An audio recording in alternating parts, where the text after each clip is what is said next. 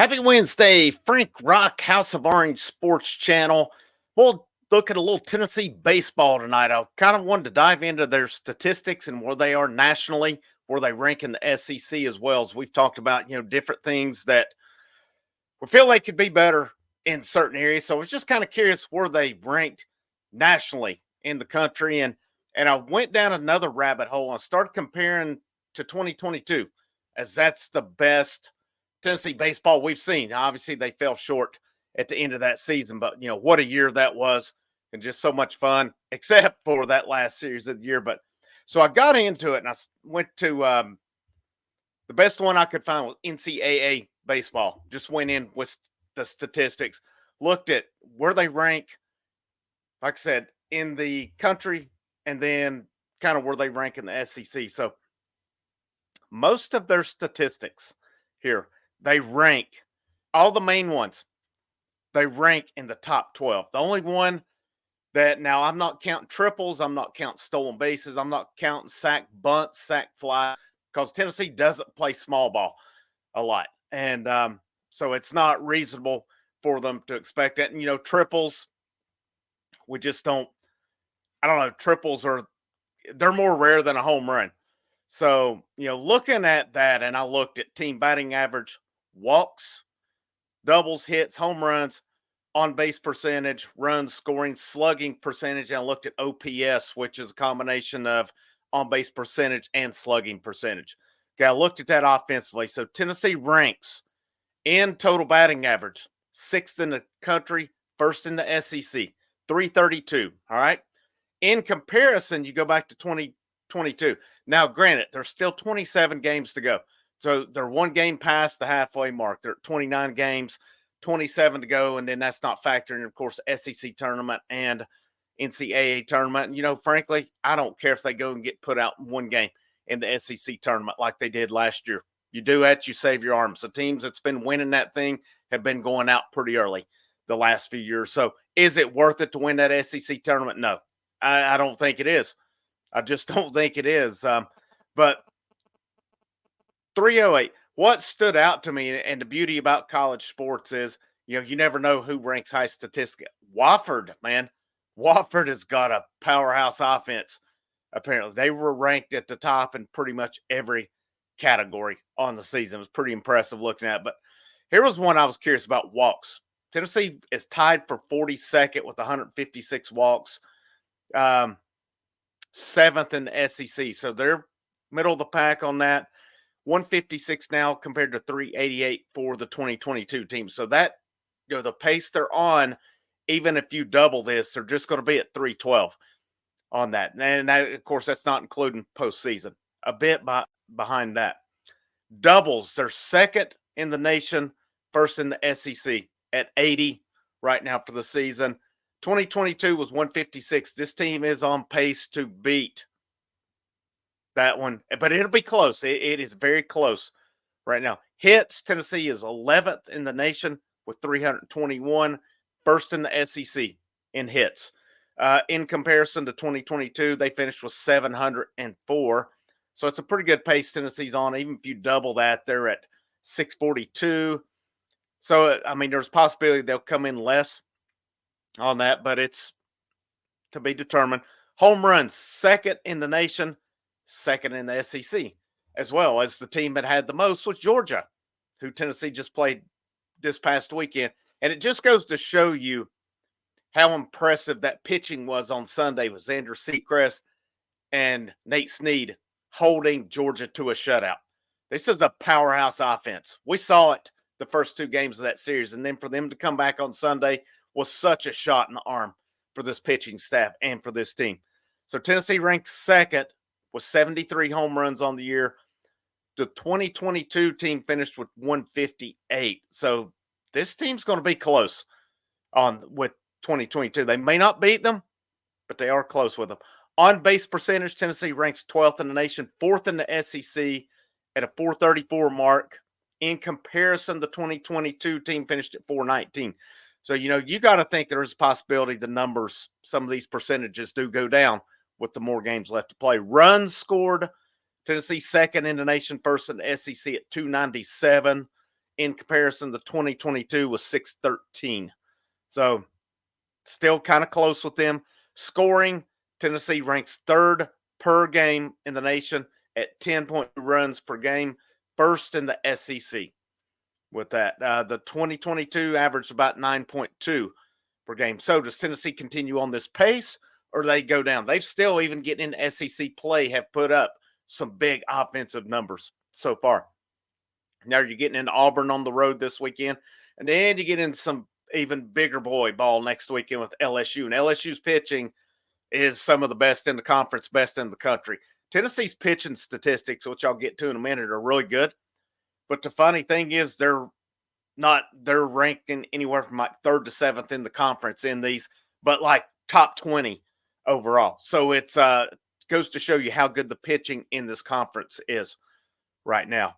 Slugging percentage, they're second in the nation, second in the SEC behind Georgia on that 647. In comparison, 2022 was 604. So slugging percentage, it basically, from what I gather, it includes your power numbers. It's like the formula for it's like singles plus doubles times 2 plus triples times 3 plus home runs times 4. If I said that right, divided by at bats.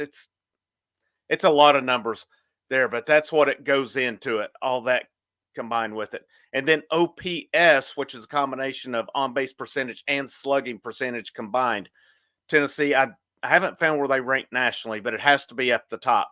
They're at 1.081. In comparison, 2022, they were 1.023. So this offense, man, is really close. Now, I think where that team had them was stolen bases. They had some guys who could steal bases that year. This team, I mean, if I'm not mistaken, Blake Burke may be your stolen base leader on this team right now. And that's nothing against him. He runs the base as well, especially for his size. But this team's just not a team that plays a lot of small ball. And you had guys like Seth Stevenson had, I think, 25 stolen bases that year. You had Beck, you had Gilbert, who could add in some. Christian Scott, even though he played sparingly, still had close to 10 stolen bases in that year. Last year, he was, I think, second on the team in them. So, a lot more speed, it seems like, or at least they ran a whole lot more in that lineup than this one does. So, thought that's pretty interesting. This is a strong offense. It's a powerhouse offense. Now, do they I did not see where they ranked in strikeouts nationally. I would be curious on that one. It's got to be high. Let me go back to that, see if I can find it here. If I go back to NCAA, and I'm not sure why I did not look at that one. So team statistics.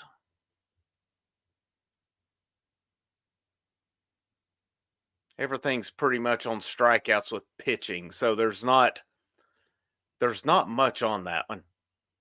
Not on NCAA.com. So we'll have to look at that one another time and come back with pitching. I talked about that again a minute ago. ERA, they rank 12th in the nation at 3.73. That's 5th in the SEC. So that's a little bit of a high ERA, but you look at ranks 12th in the country. That's still very high considering, but it's 5th in the SEC. In comparison with 2022, their team ERA was 2.51. Hits per 9, Tennessee ranks 24th at 7.88 per 9 innings, 8th in the SEC. Goes to show you again how good the pitching is, that they're below halfway on it. Shutouts, they're tied for 7th in the country at 3. And they're also tied for 3rd in the SEC with that as well. Ks to walks ratio, they rank 11th at 2.91. 3rd in the SEC. Strikeouts, they rank 30th with 262, 7th in SEC. Walks, this is one we've talked about a lot, their walks. Tennessee ranks 15th in the nation in walks, 90 for the season, 3rd in the SEC. So as much as we talk about they've got to fix the walks, they're 15th in the nation. It's still pretty good. Whip, which is walks and hits per innings pitched. And it does not include reaching by error, hit batsman, fielder's choice, or any of that. It's walks plus hits per 9 innings that it's divided by. And Tennessee ranks 12th at 1.25, 5th in the SEC. Walks per 9 innings.